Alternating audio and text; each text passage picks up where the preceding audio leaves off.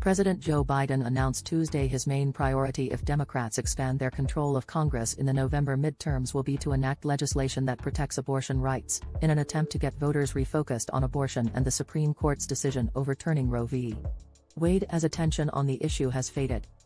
Key facts: Biden told Americans during a speech Tuesday the first bill he'll send to Congress next term will be one that legalizes abortion rights at the federal level. He also pledged to sign the legislation into law in January, to mark the 50th anniversary of the original Roe v. Wade decision in 1973. The president stressed the need for people to vote in the November midterms to make that possible, saying, "If you care about the right to choose, you gotta vote."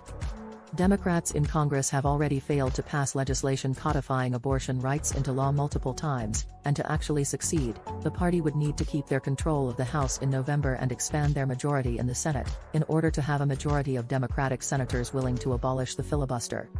Biden also decried Republicans' efforts to pass federal legislation that would ban abortion nationwide, saying Tuesday he would veto any such bill that comes to his desk and that the only sure way to stop these extremist laws is for Congress to pass a law that protects abortion rights. The president has previously stressed the importance of the midterms and Democrats having congressional control for abortion rights, saying in July that voting is the only way to undo the harms of the Supreme Court's abortion ruling. Crucial quote: "The final say, on abortion rights, does not rest in the court now, it does not rest with extremist Republicans in Congress, it rests with you," Biden said Tuesday. "And if you do your part and vote, Democratic leaders in Congress, I promise you, we'll do our part, I'll do my part." Big number: 60%. That's the percentage of U.S. adults who believed Congress should pass a law guaranteeing federal abortion rights, an Associated Press/NORC poll found in July. Results based on interviews with 1,085 U.S. adults conducted July 14 to 17, 2022. The margin of error is plus or minus 3.9 percentage points for the full sample. Source: AP/NORC Center for Public Affairs Research. What we don't know: how Democrats will actually fare in the midterms.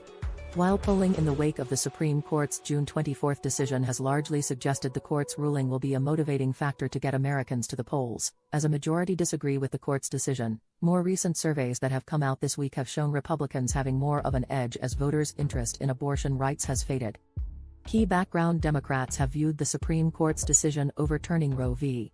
Wade, which set off a wave of abortion bans nationwide, as a key motivating factor to turn out their base in the midterms. Those hopes have been bolstered by summer elections like the Kansas ballot measure on abortion rights and a special election in New York, in which pro-abortion rights voters showed up to the polls, and Democratic strategists have hoped the ruling could help combat the typical trend of the president's party faring worse in midterm elections.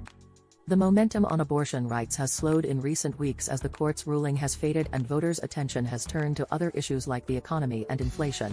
However, and Politico reports Democratic officials believe it may be too late to recapture voters' interest. "I'm wishing the election were in August," Matt Bennett, an executive vice president at the center-left group Third Way, told Politico. "I think we peaked a little early.